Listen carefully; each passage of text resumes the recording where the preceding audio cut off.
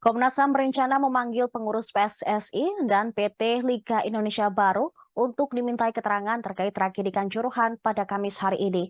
Komisioner Komnas HAM bidang penyelidikan Khoirul Anam menyebut pemilik hak tayang Liga 1 hingga ahli hukum olahraga juga akan turut dimintai keterangan hari ini. Komnas HAM menegaskan bahwa semua pihak yang menerima panggilan bisa memenuhi panggilan tersebut.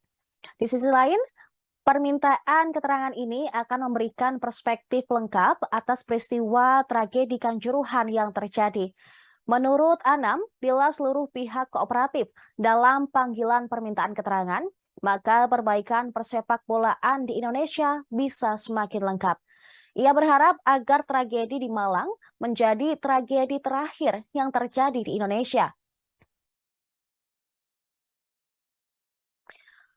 Sebagaimana diketahui, kerusuhan di Stadion Kanjuruhan usai laga Arema versus Persebaya pada 1 Oktober lalu menelan banyak korban jiwa dan korban luka.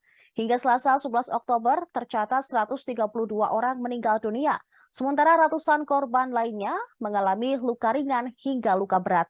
Banyak korban yang jatuh diduga karena kehabisan oksigen dan berdesakan setelah aparat menembakkan gas air mata ke arah tribun.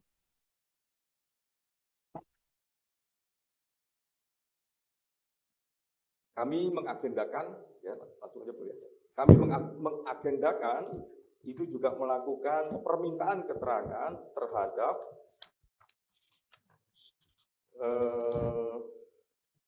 Direktur PT LIP, Direktur Utama Indosiar, ya, sebagai broadcasternya, terus ahli hukum olahraga dan PSSI. Kami rencanakan besok.